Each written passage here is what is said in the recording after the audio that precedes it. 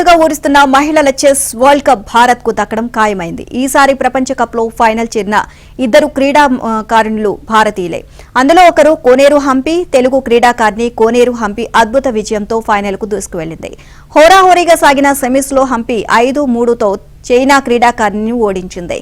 సుదీర్ఘంగా సాగిన 8 గేముల్లో ఇద్దరు హోరాహోరీగా తలపడగా చివరికి హంపిని పైచేయి సాధించింది.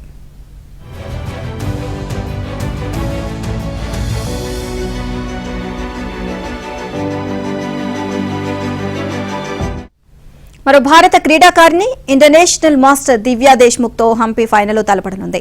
సెమీస్ లో దివ్య చైనాకే చెందిన క్రీడాకారిణి ఓడించింది.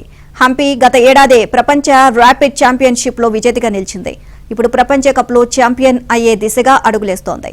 కెరీర్ రికార్డు అనుభవం ప్రకారం చూస్తే హంపిని టైటిల్ కు ఫేవరెట్ అనడంలో సందేహం లేదు.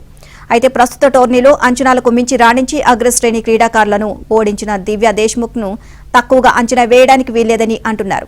ఇక ఫైనల్ శనివారం నుంచి జరుగుతుంది.